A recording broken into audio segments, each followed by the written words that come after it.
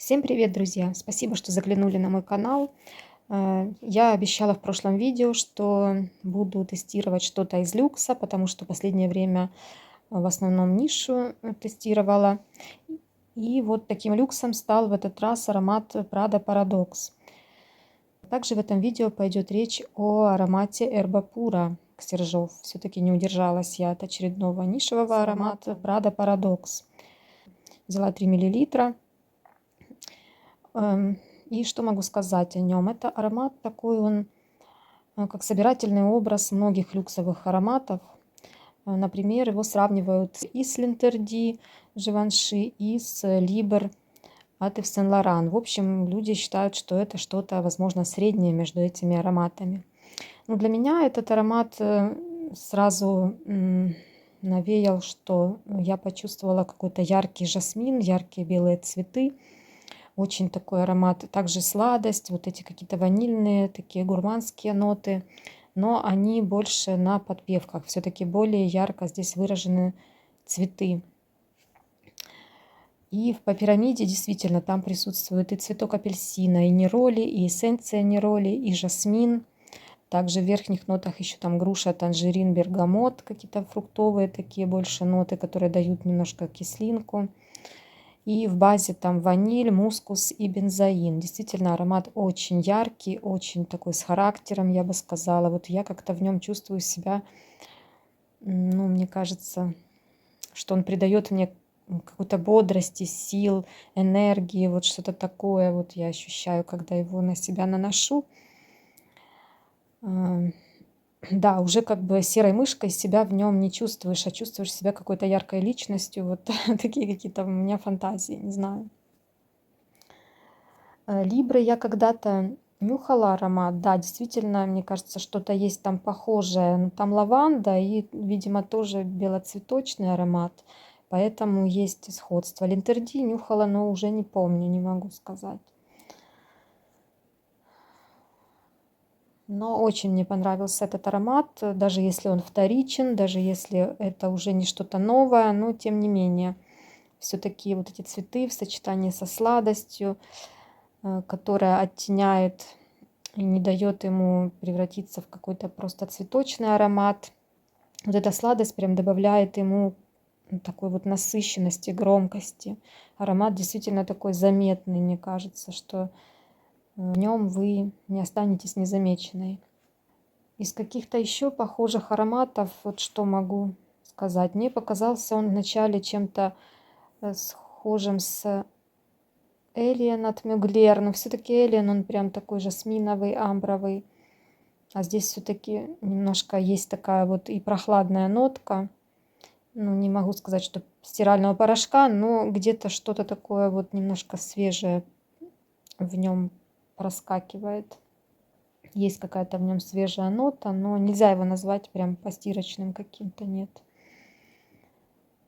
Очень такой яркий, вкусный, сладкий, запоминающийся аромат. Вот я там перенюхала в этом парф-баре все люксовые ароматы, которые там были. Хотела я попробовать Дейзи Марк Джейкобс.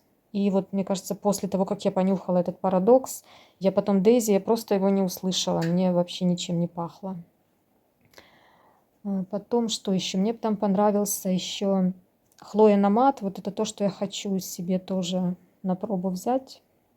На пробу и попользоваться, потому что флаконы, наверное, не буду. Я не рассматриваю к покупке флаконы в ближайшее время, потому что от левантов мне хватает. И то, что у меня уже есть во флаконах, не вижу смысла добавлять еще флаконы к тому, что уже есть, потому что я не успеваю все это использовать. Вот, да, Хлоя Намат буду покупать, пользоваться. И даже не знаю, что еще, но то уже все будут более осенние планы, такое что-то более сладкое, более на холодное время что-то буду. Туфельки от Каролины Эрреры тоже как-то все это не впечатлило ничего, вот кроме вот этого Prada Paradox. Тот же Liber там был, и тот же Линтерди был, вот как-то между ними я выбрала именно Paradox. Следующий аромат, о котором я хочу сказать, это Erba Pura. Я знаю аромат Кирки, с которым сравнивают Эрбапуру. Кирки мне нравится. Такой жизнерадостный, летний, фруктовый аромат. Для меня нет в нем ничего отталкивающего. Вот этот мускус, на который все жалуются, меня не отталкивает лично. Поэтому захотела я попробовать Эрбапуру, как похожий аромат, попробовать что-то в этом направлении. В общем, Эрбапура тоже мне, в принципе, понравилась, тоже фруктовый аромат, но Кирки все-таки там больше фруктов, да, и какой-то кислинки там, наверное, больше. Здесь фрукты чуть более сладкие и немножко с пудровыми нотами, как мне кажется. И что еще могу сказать, если сравнивать, вот мне пришло в голову, что у меня есть ароматы похожие, ну, явно похожие. Это вот этот аналог героини от Bodyche Victorious. Значит, этот аналог, он еще более пудровый, тоже вот эти вот фруктовые ноты, очень похожий фруктовый аккорд присутствует, но он под более толстым слоем пудры, скажем так. Вот если, допустим, вы не переносите Кирки, Эрбапуру из-за мускуса, из-за их яркости, то, возможно, вам понравится аромат, можете попробовать аналог. Бюджетный, небольшой объем, вот этот героиня от Bodyche. Довольно-таки удачный аромат в этой линейке и стоит что-то максимум 800 рублей. Он такой больше в сторону уходовых средств. Есть в нем этот аккорд фруктов и плюс пудра, то есть аромат более уходовый, более нежный, более спокойный. Если вас раздражает вот эта яркость Эрбапуры, то, возможно, этот будет более для вас приемлемым. И также мне напомнил аромат Эрбапура, напомнил мне Эскаду Rock in Rio. Миниатюрку я купила этим летом. И там тоже присутствуют тропические фрукты, но там нет такого количества мускуса, нет. В нем больше просто сладких фруктов, без каких-либо, скажем так, спорных нот, которые не все любят. Вот просто такой жизнерадостный, фруктовый, сладкий аромат. Летний, отпускной, такой тропический. Тоже где-то в направлении аккорд похожий на Эрбапуру и Кирки. Ну, какие планы на следующее видео? Что-то брать из люкса, потому что много там выходило ароматов, с которыми я не знакома. Ну, как я уже сказала, намат от Хлои. Это в первую очередь, потому что у меня был от Левантик. Там более насыщенная версия, забыла, как называется, намат.